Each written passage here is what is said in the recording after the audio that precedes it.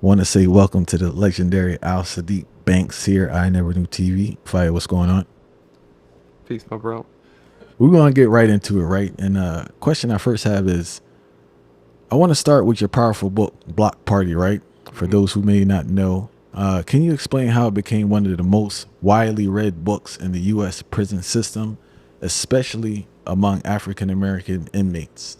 Also, what do you think resonated most with that audience? I believe, at the time, at that time in urban fiction, right? Most of the urban books were written by women, so it was a different perspective. It was the women's perspective. Mainly what the woman thought the streets was, right? So a woman could be right there side by side with her guy, and she can look at things through his scope, right? But she don't really know the ins and outs. She just know the surface. So I think most of the women at that particular time were writing from through their scope. So when and plus they were always writing about the main character was women. So when Block Party came in, it was a different twist because one, it was male driven. The main character, was a male. At that particular time, the distributors were telling me that it wasn't going to work because men don't read and women don't want to read male driven books. So that put me on a quest to kind of prove them wrong. Like, you know what? Listen, I know I got a good story to tell. I'm going to go ahead and put this story out, regardless of what they saying that men don't read. I know I can get men to read. So what made them gravitate to it was for the first time is a book that they can relate to. It's not from the woman's scope. You get what I'm saying? And it's a story that's not over the top. A story that, is a story that guys can say, you know what? I've been on the street all my life, and I More never seen relatable. I never seen it that way. This is how I seen it like this. You know what I mean? You got guys who've been on the street 20, 30, 40 years who never made it to millionaire status, right? But in a lot of those urban books, everybody was millionaires, and it just nobody showed you the process. Everybody just showed you, the book starts off with him, with lions at the gate, and he got a whole kingdom. You feel what I'm saying?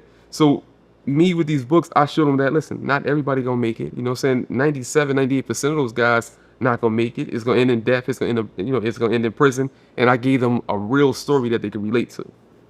And I want listening to you, right? The female perspective can be distorted because they're seeing it, but a lot of it comes from pillow talk because they're Indeed. not around to do like that to experience that Not all daily. day long. Yeah, yeah, yeah. So it's So all you got is what I give you when I come in the house. Yo, so I did this, and then I did that, and then tomorrow I'm gonna do. You know what I'm saying? So a lot of that stuff that they were writing about, like you said, was the pillow talk. It was the fluff. It wasn't the true emotion that. Listen, man, I've been doing this all my life, man, and I can't come up. I can't get it right.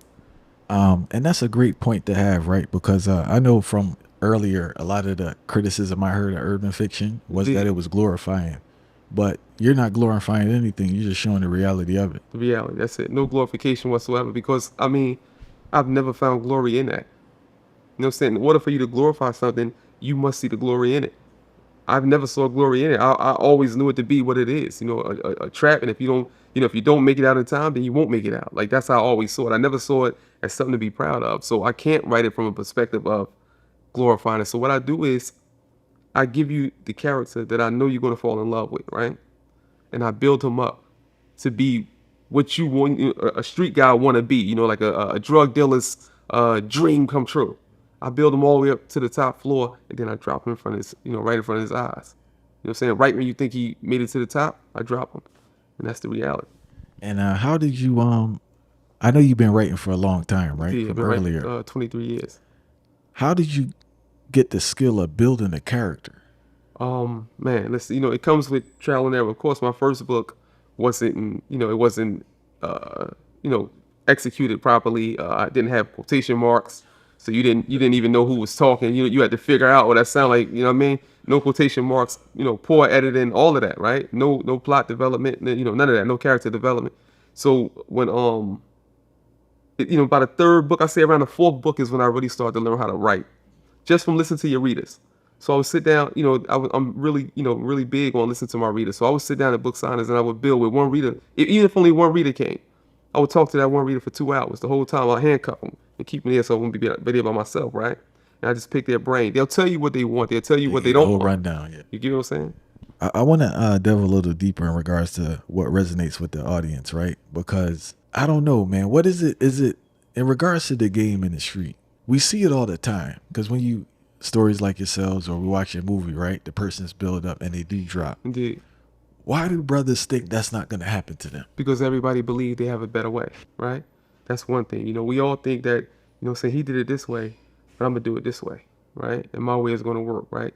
And then it boils down to a matter of survival and desperation, right? So desperation, a lot of guys turn that way out of desperation. So it's like I can either do this, which I know don't work. Well, this is the devil's game, though. This is a mind game where you see the working class person, right? You just say your grandmother, she had a house for 30 years, she refinanced, 15 times. You know what I'm saying? She retires and she's still, she's at the end, she has a small little pension coming, right? If she had, so now you see the results of that, right? You've seen that on many occasions. What we don't see is the successful middle. If you're in the hood, right, you just see struggle, right? You don't see the successful middle class American. You know what I'm saying? With his pool in the backyard, full court basketball court. You know what I mean? All his kids been to college. You know what I'm saying? And he only makes. I'm not saying only, but I'm just saying, like, in the streets you think that 100,000 is I'm broke, right? But you got this guy who never seen $100,000 at one time, but all four of his kids been to college. Got a pool and a basketball court. So we don't see those success stories. What we see is a struggle story. So a guy says, listen, I know how that's gonna end. I'm gonna roll the dice and I'm gonna try this way. I'm glad you said that, man, because as I grow, I don't want to say older, but more mature, I think the greatest form of segregation is access to people. Indeed. Access to ideas, Indeed. access to examples. Yeah. And I think when you don't have that, you don't see that model in front of you, it doesn't exist. It doesn't, when you see it really does. It doesn't, bro. It's like we never see the. I'm gonna cut you off, but the middle class American, he's in the suburbs, and we don't get a chance to see him in the hood, right? For me, I was fortunate that the barbershop that I went to, I had two barbershops. We had the cool barbershop where all the stick up kids go, all the criminals go. That because this guy would take $5 if you only had $5. You know what I'm saying? He was a good guy. You know what I'm saying? Like if you say, listen, I got $7, you ball him up, he give you $7, he cut your hair. So that's where all the cool guys went. But then we had the barbershop a couple of blocks down where all the guys, successful guys, went to, right? So as a child, I went to the the good barbershop, and I got a chance to see the guy with the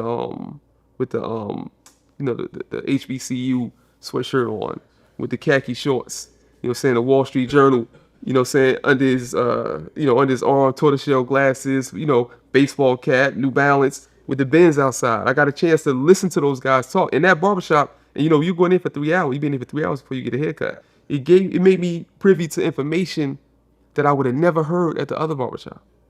I got a chance to listen to, middle class Americans, dudes who work for the port, guys who, doctors. I mean, everything was in there. So for the first time, I was in a room with adults, and nobody sent me out the room and said, go play, get out of adult business. So now I get a chance to hear everything. So now, even though I made a wrong turn to go into the streets, my core was always the dude with the, with the collar sweatshirt on. You know what I'm saying? I always idolized that guy. I never idolized drug dealers. That was my end game, the other guy. And you brought up another great point, right? Because that seed was planted, it messed with your conscience. Indeed. Or something there. Indeed. And a lot of the brothers don't have that seed. So sometimes they're criticized. I try to explain to them, it's like, oh, they know. I'm like, fire. They really don't know any better, bro. Never seen better. You know what I'm saying? Listen, I really attribute it to that barbershop, man. In that barbershop, not only did I get a chance to listen to successful black men, right? I got a chance to listen, outside of, their career path, I got a chance to listen to, their problems with women. I got a chance to listen to jazz music. I got a chance to watch horse racing. These were things that I would have never been open to. And even though I didn't want to hear the jazz music, I didn't want to hear I didn't want to watch horse racing. It embedded something else in me that there is another level to life outside of what I see when I go down the street. You get what I'm saying? One of the things that often gets brought up in this is the generation divide, right? I hear it from both sides, to both sides. What we call old heads or elders criticizing the youth, and the younger generation firing right back. Why do you think there's such a deep disconnect between the elders and the youth in our culture today? It wasn't always a deep disconnect, right? when I grew up, when I was say maybe, I say 20 years old, right? There was a clear line. The 20-year-old and the 30-year-old, I mean, I'm not even gonna say 30. I'm gonna say the 20-year-old and the 40-year-old were never in the same place. They were levels, right? As a 20-year-old man, I knew that I wear sneakers. That dude wears zip-up boots. You know what I'm saying? Old school zip-up boots, right? He hangs in the local bars, town talk, you know, whatever the bar is, and the young boys hang in the flashy clubs, right? And it clearly was a line of division, right? So there was never no competition between us. We didn't date the same women. We weren't interested in the same women. We didn't have the same, like the old guy was never in my way, no form of fashion. And I could never compete with him. I was, you know, if I went to the old head bar, the 40-year-olds were not looking at me. And vice versa. If he came there, they laughed him out the building, right? So now with hip hop culture, right? My daughter is 11 years old, right? And she said, Dad, I didn't know you listen to Rod Wave. Like the hip hop culture has brought us all into one big melting pot, right? So now you got the 20-year-old and the 50-year-old in the same club, wearing the same clothes, the same designer sneakers. They after the same women. Now he becomes competition. You know what I'm saying? He can't listen to you for guidance because deep down inside you're his competition. What do you think can be done to mitigate this? Because as you stated before, what's helped you tremendously, you basically say you had elders at the end of the day. I didn't really have elders. I just picked pieces of men. Yeah. You know what I mean? I didn't have an elder, but I had uncles. I mean, but my uncles was pretty much, you know, into whatever they was into, right? Trying to figure it out the same. I have young uncles, Yeah. so they was trying to figure it out the same way I was trying to figure it out.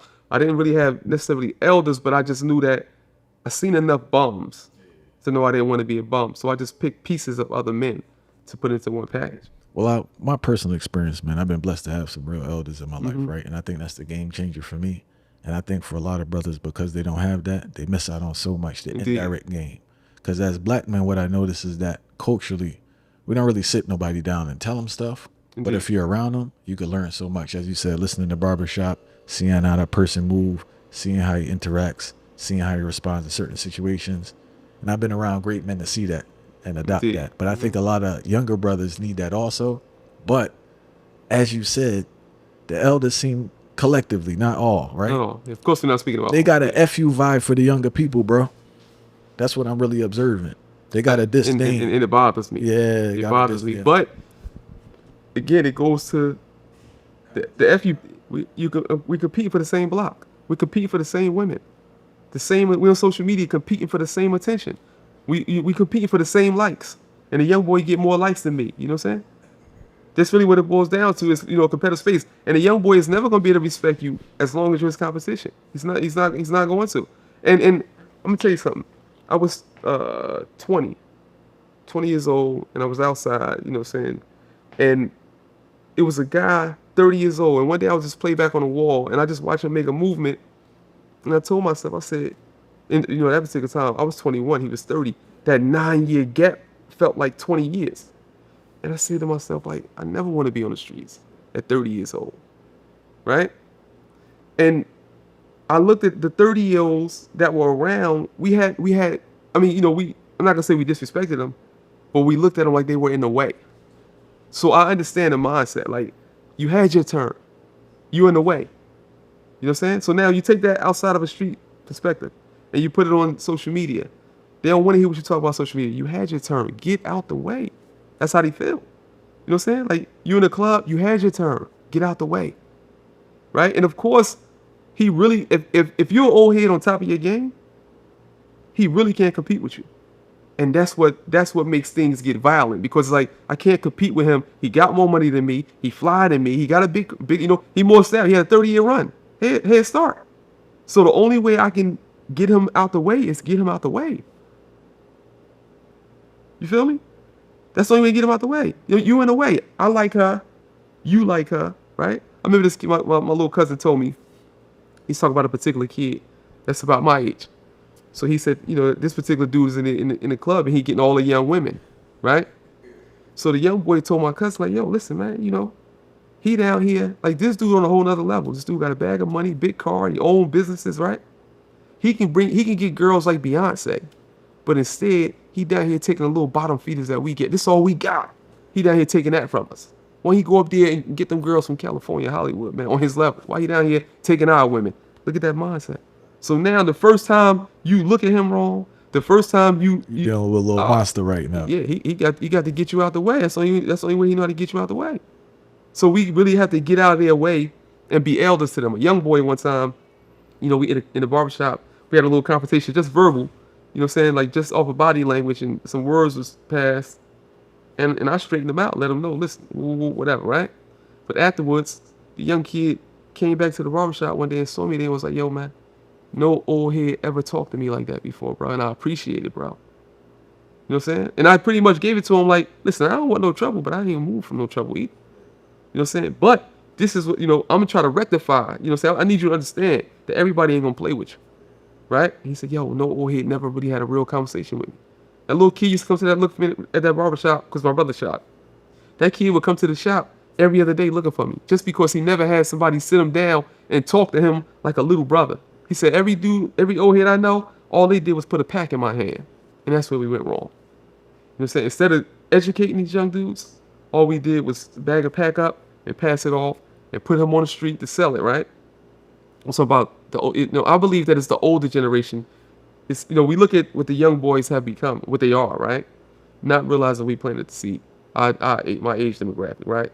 So when I was a young boy, the old heads told us don't go that route. That's the old heads I had fight. Don't go that route. This ain't for you. Up if you know doing certain things. Yeah, too. This ain't for you. But when the guys my era came, what we did was instead of telling them don't do this, we gave them work. And not only did we give them, and not me, because I'm not speaking. I'm just talking about my age. Like that was never my way. You know what I'm saying? So you get a young boy to work, right? And instead of giving the guidance to teach him how to move to work, you put him on a block, and you drive off, and he's out there to figure it out. And they couldn't figure it out. Now today, this is the results of that, of not schooling them with anything, and just putting them on a stroll. That's it. All right. So I have this theory, right? And wait, what you have to say. I always say that attention is the new currency, right? Because before, as an Essex County man, things are different, right? Indeed. Street life is totally different. There's not as much money, or some say there's no money on the street anymore. I don't know. But I noticed the kids tend to go to violence more now. One, they're scarier, but you get more attention, and you can't get attention from money like previous generations. What's your thoughts about that? My thoughts on that is back in the day, you needed money and you needed a car to get the woman of your choice, if that's what you was into, right? Today, it's not about money anymore. It's like you said, it's just about status. So whatever gets you that status. Perception of status. So it's more, it's not really about the money no more. He don't need money. He could be tough. He could be super tough. He could be the super gangster, and he still can get the same pretty girl that to do with the bag of money get, right? So it comes down to, it really boils down to they don't know how to get money. So, but it's easy for me to be tough, you know what I'm saying? And out of frustration, you know what I'm saying? This is all emotionally charged. So it's frustrated with not having no money, right? And I take those emotions out another way, violently, and I build my name up off of violence, right? And that violence raised my level, and now I'm on the same plateau as a dude with a bag of money.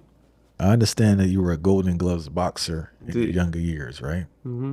What lessons did boxing teach you that you now apply to your writing, especially when it comes to patience, timing, and rhythm? Boxing not only molded my writing style, you know what I'm saying? All the principles of boxing is what really, my whole life is charged by that. You feel me? So like you said, it has taught me patience. It has taught me that, you got a bunch of guys cheering for you. You got a bunch of guys booing you, but none of them really matter at the end of the day because you only went out there rumbling. Your coach can only give you the advice, but when it's time to really figure it out, it's only you.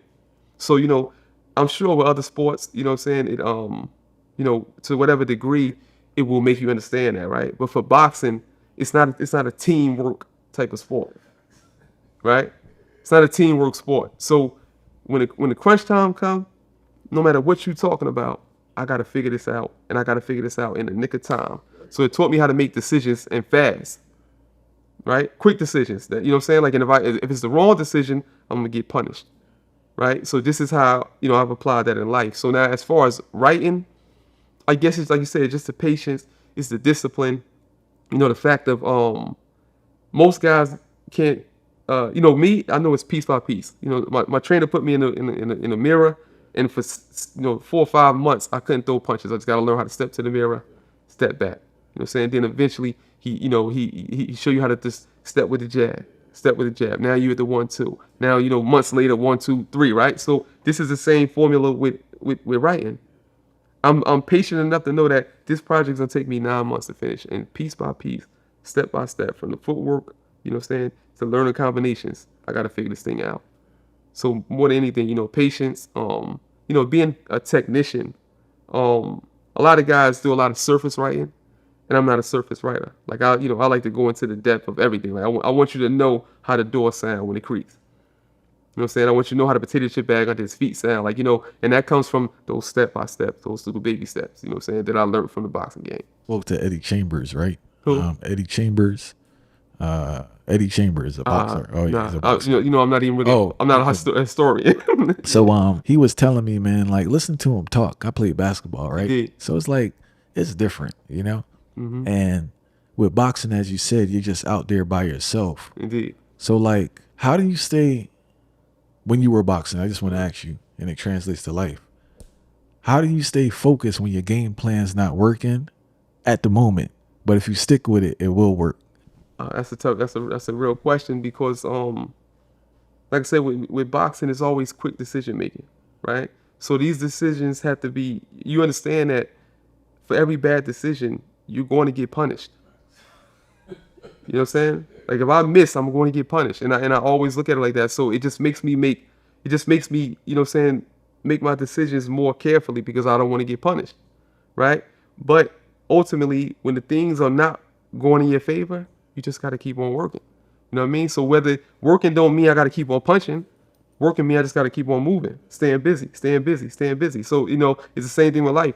You won't really, if things not going your way, you sink when you stop working. Put in that work for you. If you keep working, they say the duck, right? The duck on top of the water is looking cool as a fan. He said, but under the bottom, he like this. He stayed working. So that's the thing. Like no matter what, no matter if it's going good for me or it's not going for me, I just got to keep on putting work. The work is going to eventually catch up. All right. You've also ventured into filmmaking, right? Indeed. Your movie Sincerely Yours is now streaming on Amazon. I ask everybody to make sure you check it out. What inspired that storyline, and what was the journey like getting it onto a major platform like Amazon? That storyline is it's a book. It was adapted from one of my first books. It was my third book. That was. So I wrote that book maybe 2002. So 20 something years before it has turned to film. It's just in life I have encountered different, a couple of correctional officers who preyed on the women of inmates, right? For whatever. So again, it's the competitive level. The correction officer, he likes this particular kind of women, but this particular kind of women like street guys. So that gives him a hatred for the street guy, and it makes him want the woman that much more because she don't deal with guys like him.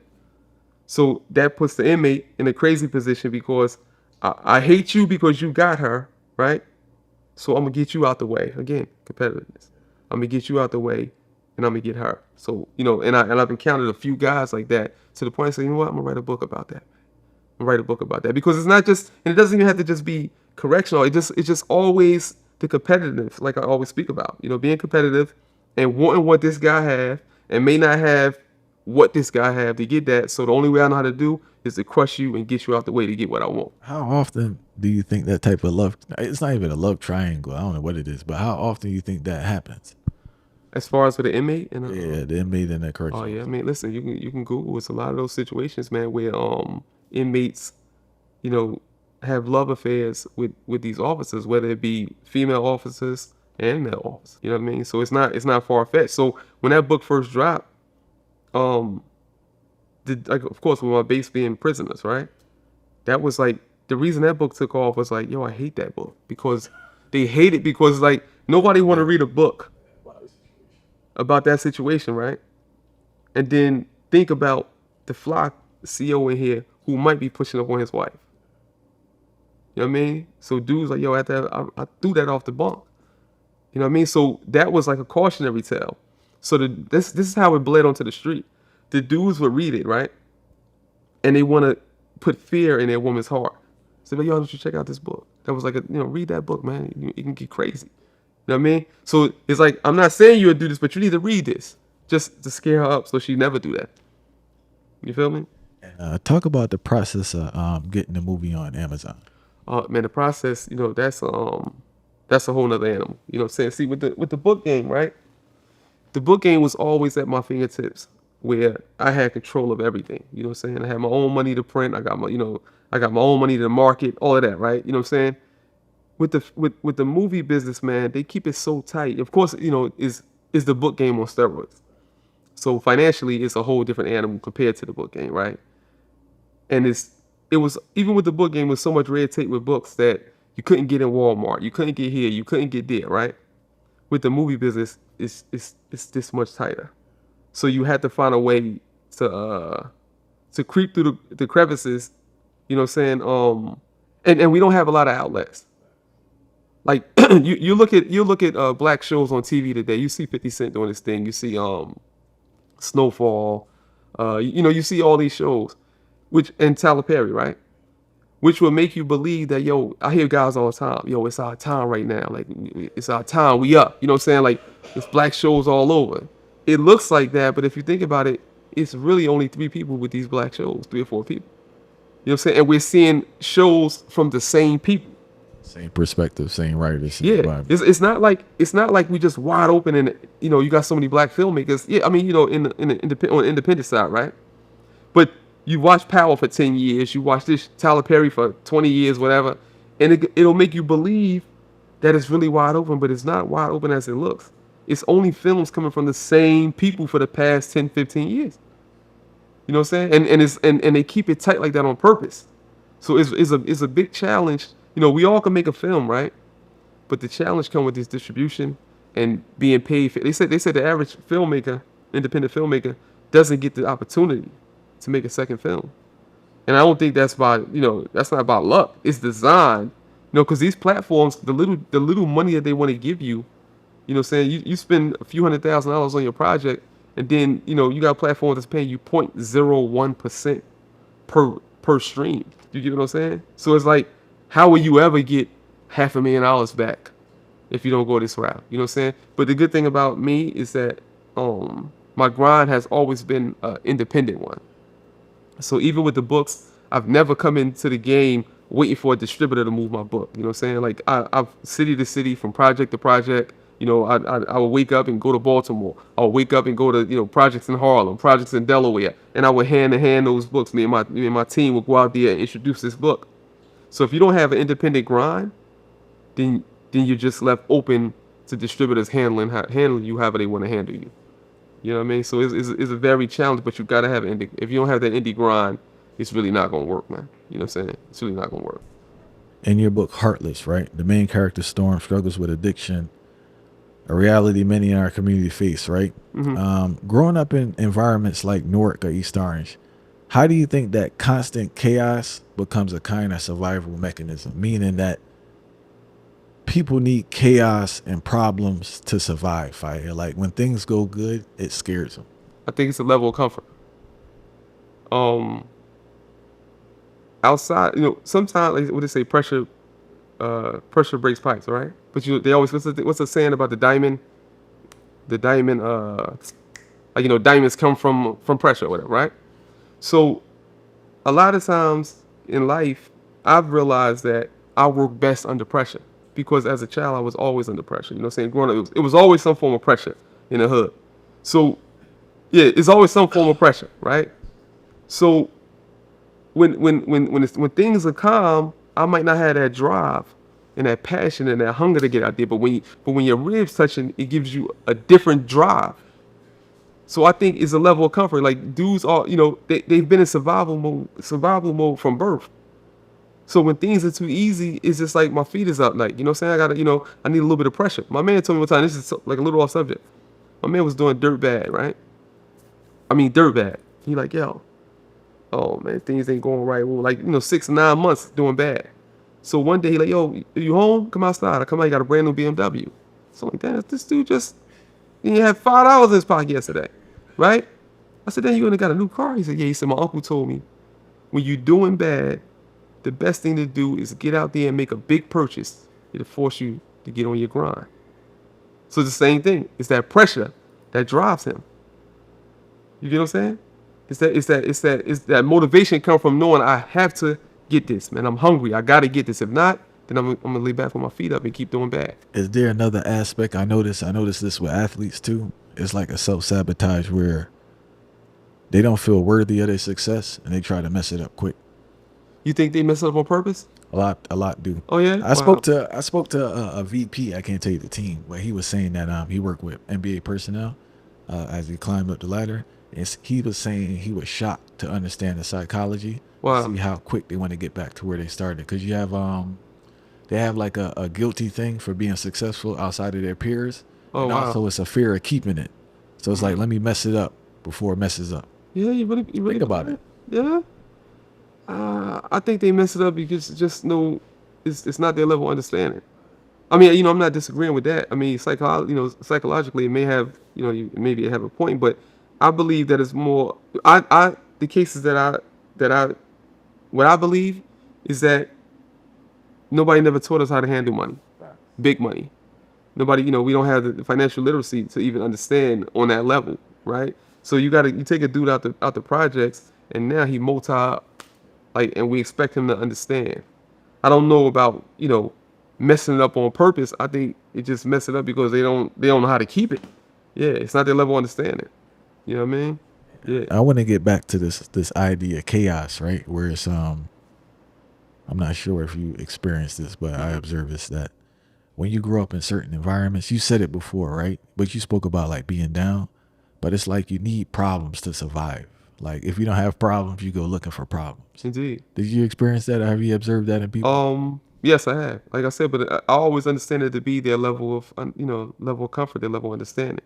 If you even look in relationships, you know what I mean? It's like, just say you have a woman who has always been treated wrong by guys, right? And then a new guy step into her life and things are going smooth. That's not her level of comfort. So you wonder why she'll nag at certain things, and she'll be looking for certain things because she's only used to operating from a standpoint of a dude not coming home at night. You know what I'm saying? Girls breaking his window and girls ringing the doorbell. And when it's not like that, that's not her level of understanding. She needs chaos. Only because that's what she's used to. And if she can't find that in him, a lot of times she'll go back and find it where it's at. What did you observe that made you write a character like that? Like Storm? Yeah. Is it a specific thing or is it just over life, just observing how people move? No, just over life, I've always been intrigued with the mindset of women. So at a young age, women were like a study to me. So I would just watch them, and a lot of times I would understand their movement and they don't understand the movement. Just because I study, I watch, right? And you have a lot of women in the hood that are good women, but have been in survival mode their whole life. They've been getting touched since they was 3-4 years old, right? So now she's 20 years old, and you expect her to trust men when every man, the men she trusted has violated that trust. You know what I mean? So now at 25, 30 years old, a good guy come into her life, right? And he can't understand why he can't penetrate. You know what I'm saying? He can't penetrate mentally because she has blocked all men out, and she see all men as the dudes who touched in her life. So there's some great women out there who never had the opportunity to be great. You know what I'm saying? When you think about the woman, you got the guy in the street, right? He meets this girl, they together. She think this is the one. She gets pregnant by him. He ends up going to jail, right? He gets his life together. He sits down and he figured out he writes books, or he gonna get a CDL when he come home, right? She's never had the opportunity to sit back and say, you know what, I'm gonna get my CDL. The minute he went in, life kept going for her. Super grind mode, right? She in super grind mode. Now she has to meet another guy like him, and this dude is even worse than the last one, right? They hang out for 2 years. She may give him a baby. So now she's sitting back in the end of this thing with 4 babies, and she never got an opportunity to figure her life out. Just all from one bad decision. So these women are in survival mode since birth. They've been surviving. So when you get them at 30 years old, their minds may be a little, all over the place, because they've been in survival mode their whole life. Too much pressure, too much stress. Pressure, Man. stress their whole life. So now you know we talk about the crack babies, right? We talk about the dudes who run around with ski masks on, rock like these the crack babies. You know, these little dudes as well, right? But we forget about the crack baby's sister. Everything he saw, she saw.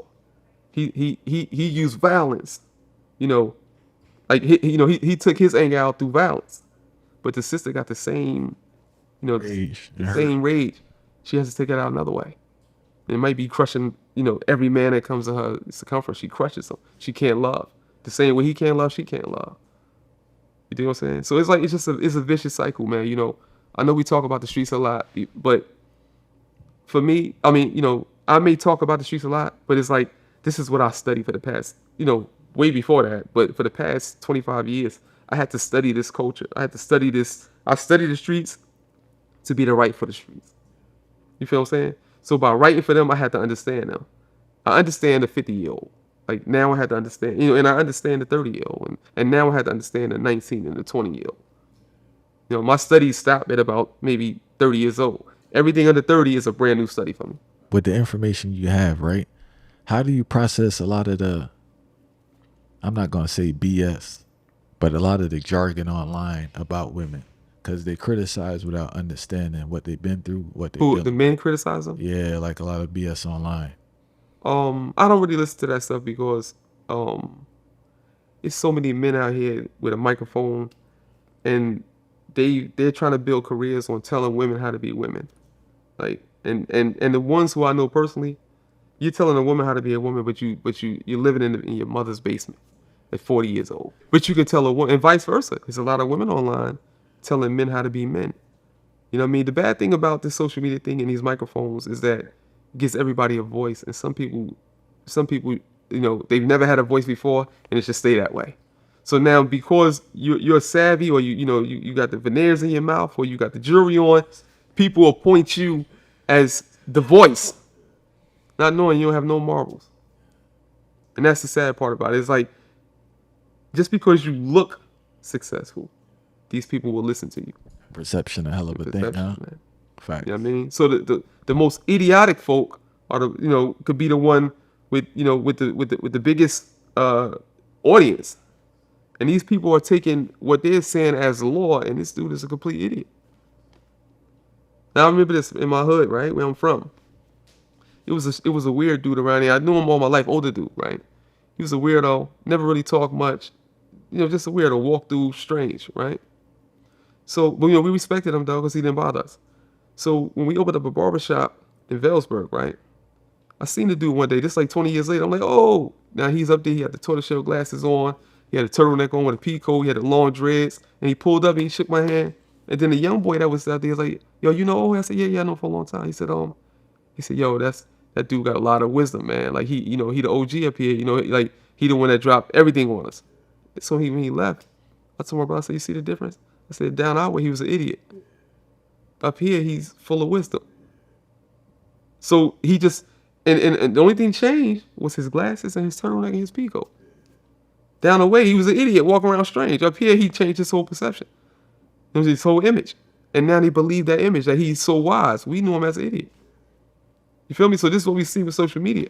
A bunch of dudes who dress the part, and now we give them, like, I'm not listening to, no disrespect to no rappers, right? But I'm not taking financial advice from a rapper. That's not what you do. You rap and you made some money. But for me to sit here and listen to your financial advice, I'm not doing it. I think at some point, you would know more than me because you're older. But at some point, because you were successful in one thing, people believe Indeed. you're knowledgeable in all things. Indeed. And I don't know where that line got blurred, but like I think that's where we're at right now. Is that the Rolls Royce, Royce, and it's the just castle. that, You feel me? That's why what really bugs me out more is the people talking about marriage that's never been married. That's the thing that really gets me. That's kind of like, but they really out here giving advice on something you never experienced. Fight. I'm not a boxer. Yeah. Right? Yeah, I've maybe been in a couple fights. I'm not a trained boxer. Indeed. So I can't be out here telling people the technical aspects of boxing. Yeah. There's a bunch of people that tell you how to do it. They never done it. That's the bottom line. You know what I mean? But again, it's putting on that costume. You You know what I'm saying? When they see you come through with that Rolls Royce in the backdrop, and you got that mansion in the backdrop, that success to them translate all over the board. You know what I mean? I remember it was a rapper that said, if you're old head and you ain't got nothing, you can't tell me nothing. And they really believe that. So they'll take the advice from the one who looked like he had something. Even, and the one with nothing may know more than the one who got it all. Just it wasn't in the cards for him to have it all. You know what I mean? For me, growing up, I never ever turned down a conversation from anyone, whether he had a lot of it or he didn't have any of it. Well, I want real quick, man. I will say this, man. Like the thing really changed with this old head vibe because I grew up in East Orange, right? Indeed. And as I said, it was a lot of dudes around there, and technically now you could say they didn't have anything. But fire, they really changed my life in regards to guidance and wisdom. An example, not all of them, but a lot of them. But those same dudes now, a younger person would never hear anything they have to say because in their eyes, they're not successful enough to even talk to them. And that's where that's where we run into a serious That's problem. the problem. You know what I mean? Because your success story doesn't have to apply to me. You can give me your whole blueprint, and I can follow that whole blueprint. Timing may make everything that you accomplished. If I just miss one meeting, it'll throw the whole blueprint off, right? A failure story is a failure story. Success story, it changes. You know what I mean? So me, I was always the kind of guy that if it was a bum in the street, and he said something to me, he stopped me, I stopped and I listened. Hour, 2 hours, buy him a soda, sit on the curb, talk to him. So I was in a cigar shop 5 years ago. So, talking to the guys, and these all middle class, white Americans, right? All of them success. I mean, they all getting a bag of money. I probably was the brokest one in there, right? But I'm there and I'm holding court. I'm talking, they question me. I was like, because they know where I came from and they know what I've changed my life to be, I wasn't intimidating. So now all the questions that they have for black men that they probably was scared to ask, they would ask me the question. So, every time I get there, they would pick my brain. We talking. So one day, dude said to me, he said, Saddiq, let me ask you a question, no disrespect. I said, yeah. He said, I've heard you speak that you didn't grow up with a father, right? He said, where did you get this knowledge from? If you didn't have anybody, like give it to you. I said, the bum in front of the convenience store that you look down your nose when you walk past him? I said, I never looked down my nose. I stopped and talked to him. I said, everything that I've given y'all, I've learned from the have-nots. The failure stories. You know what I'm saying? How did you get here, man? What happened? You know what I'm saying? Like, what regrets you had? That's who I was at 19, 20. Hey, man, listen. What was the first time you got high? How did you get here? What regrets you had? You get what I'm saying? The average guy not gonna sit down when you I call it a high booty. When you a high booty dude and you got your nose in the air, you too good to talk to them. I've never been too good to talk to the have-nots ever. You're 53 and fit, right? Indeed. What advice do you give to the young brothers out there to keep themselves in shape or just to get in shape? My advice, man, don't look at fitness as an option, right? You look at it no different than you have to shower and brush your teeth every day. That's how I look at it. This has been a part of my life since I started boxing and punching the bag and ring and all that at 7 years old. I'm 53 today, right?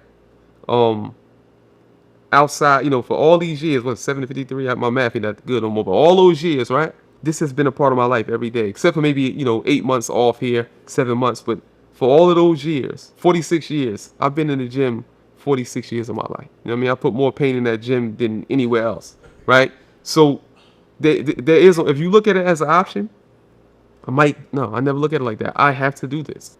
Early off, I learned that I was able to alleviate a lot of my frustration through the gym. And once I realized that, it just became my lifestyle, man. You know what I mean? So, it's important because now I look at the dudes my age, 53, sometimes I don't see age. Say it, bro. Yeah, you gotta say it. I know. I don't see age, right? Hey, right now at 53, I feel 32 years old, right? Still strong. I still can give you 20 sets of 50 on the pull-up bar. You know what I mean? I can give you 2,000 push-ups in a workout. I can, whatever you want to do, right? So I don't really ever feel like an old man. I don't really realize my age until I scroll through social media. And see, I have another thing too, right?